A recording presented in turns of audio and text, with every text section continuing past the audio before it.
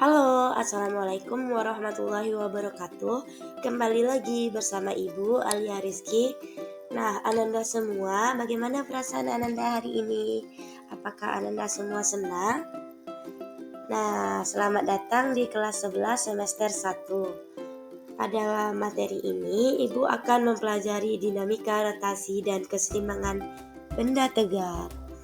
Nah, Ananda semua, apakah pernah melihat badut yang menaiki sepeda roda satu, atau melihat seseorang yang berjalan di jembatan yang sangat sempit atau seutas tali? Nah, hari ini kita akan mempelajari tentang dinamika rotasi dan kesetimbangan benda tegar.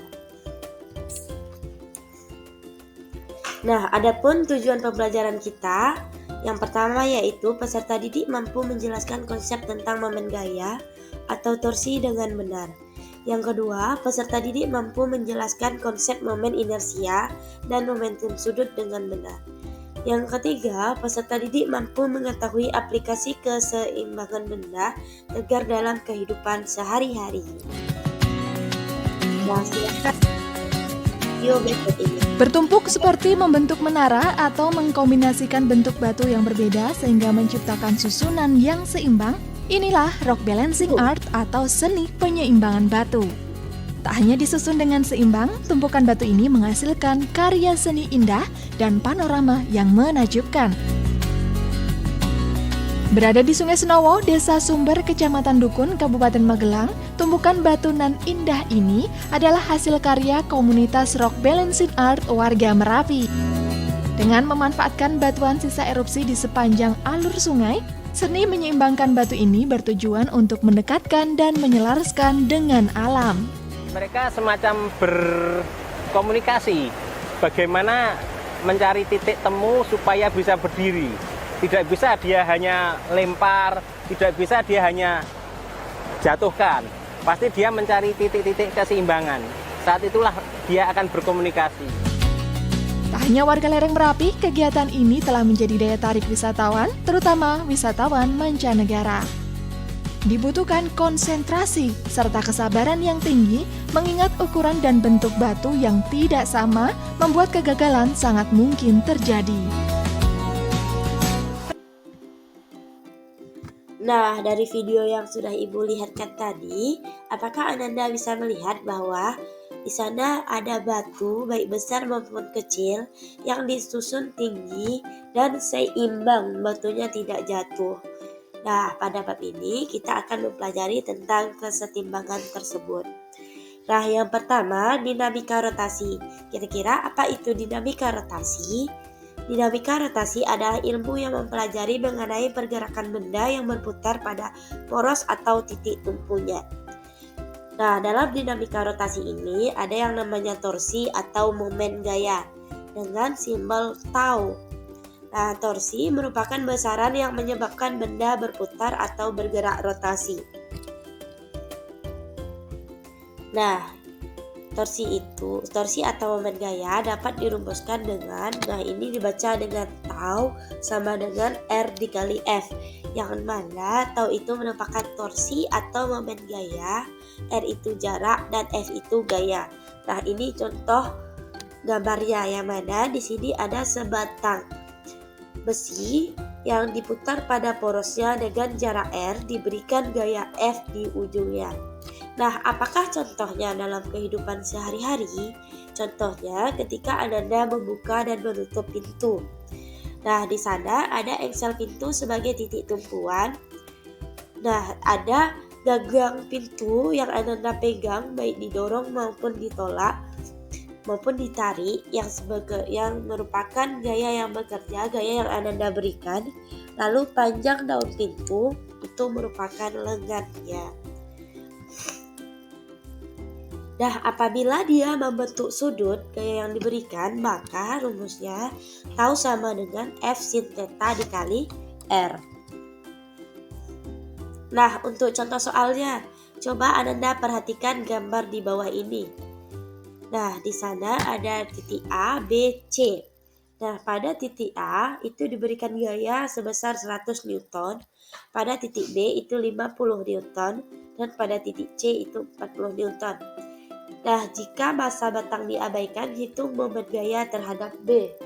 Nah, di sini bisa kita perhatikan bahwa pada titik A itu tegak lurus, pada titik B itu tegak lurus, dan pada titik C itu dia membentuk sudut 30 derajat dengan jarak masing-masing dari A ke B dan B ke C itu 4 cm.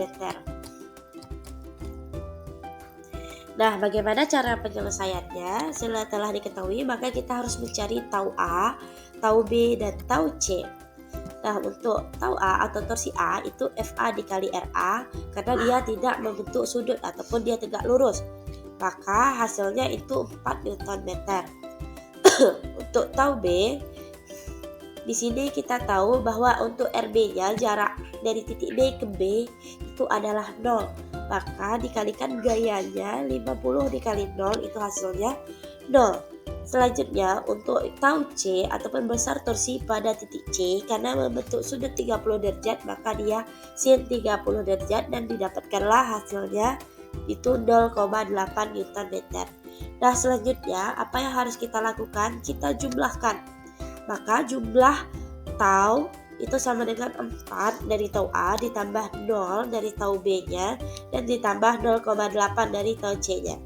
Berarti jumlah total torsi atau momen gayanya itu sebesar 4,8 Nm yang mana searah jarum jam. Nah, yang kedua kita akan mempelajari tentang momen inersia. Momen inersia adalah ukuran besarnya kecenderungan berotasi yang ditentukan oleh keadaan benda atau partikel penyusunannya. Kecenderungan sebuah benda untuk mempertahankan keadaan diam atau bergerak lurus beraturan disebut dengan momen inersia. Nah, pada momen inersia ini terdapat massa dan jari-jari benda yang berotasi. Momen inersia ini disimbolkan dengan I. Rumusnya I sama dengan mr kuadrat, yang mana m ini merupakan massa partikel dan r ini jari-jari rotasinya. Nah, momen inersia berbagai benda tegar. Di sini ada batang homogen panjang L melalui titik pusat, yang mana momen inersianya itu 1/12 ml kuadrat. Selanjutnya batang homogen panjang L, yang mana ini titik pusatnya melalui ujung, jadi titik pusatnya diletakkan ujung. Nilai momen inersianya 1/3 ml kuadrat, yang mana L ini merupakan panjang dari batangnya. Begitu juga silinder tipis berongga dengan jari-jari R melalui sumbunya, I-nya sama dengan mr kuadrat. Selanjutnya silinder terbang berongga dengan jari-jari dalam R dan jari-jari luar R melalui sumbunya. I sama dengan 1/2 M dikali R1 dikuadratkan ditambah R2 dikuadratkan karena di sini ada jari-jari dalam dan ada jari-jari luarnya. Selanjutnya silinder penjal dengan panjang jari-jari R melalui sumbunya. Nah, untuk rumusnya itu I sama dengan 1/2 mr kuadrat. Untuk silinder penjal dengan jari-jari R melalui pusatnya, I sama dengan 1/4 mr kuadrat ditambah 1/12 mr kuadrat. ml ya, yang mana ini L ini merupakan panjang batangnya. Selanjutnya ada bola penjal dengan jari-jari R melalui titik pusatnya, yang mana di sini nilai momen inersianya 2/5 mr kuadrat.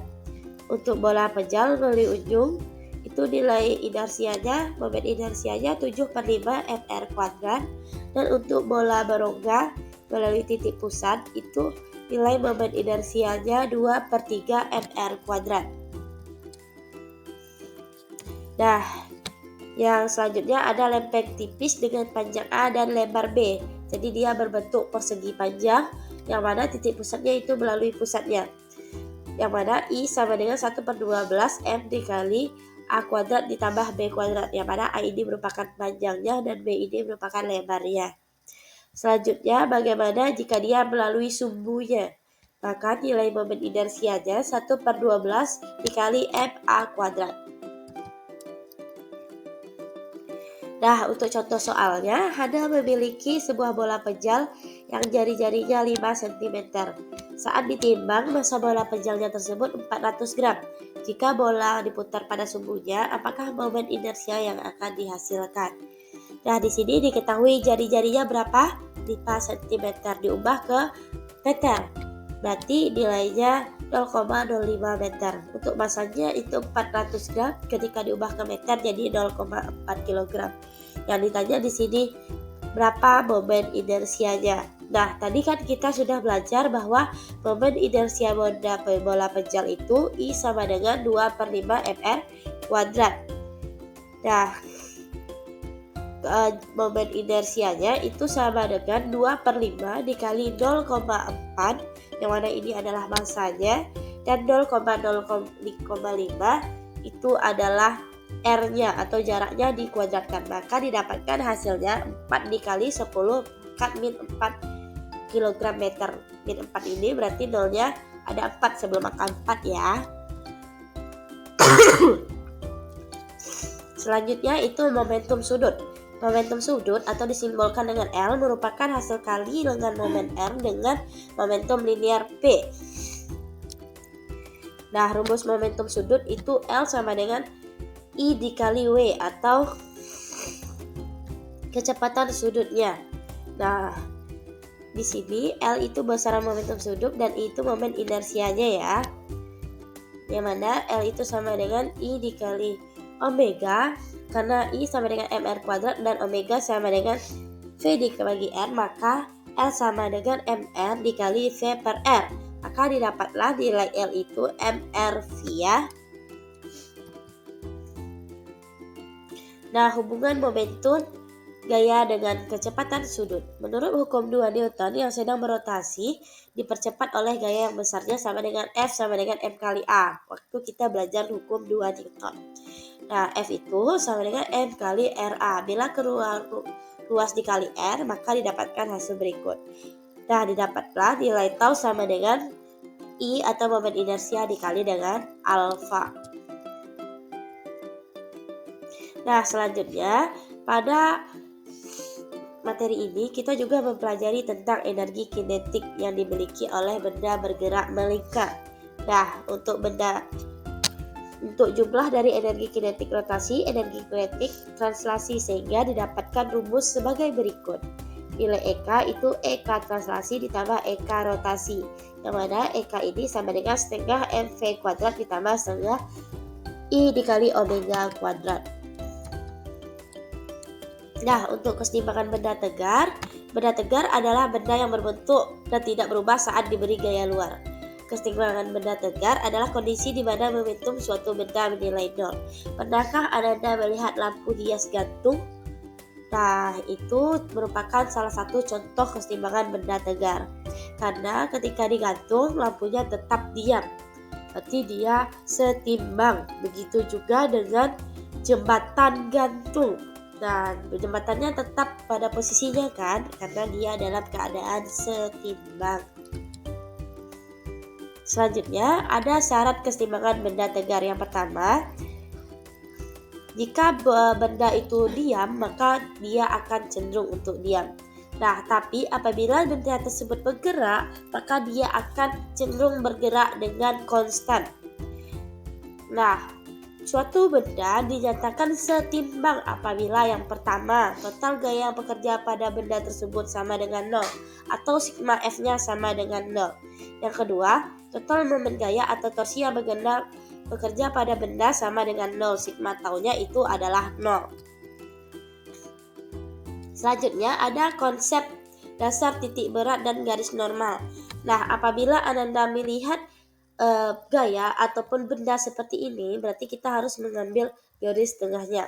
Nah, apabila dia tegak lurus, maka itu disebut dengan gaya normal dan arahnya ke atas.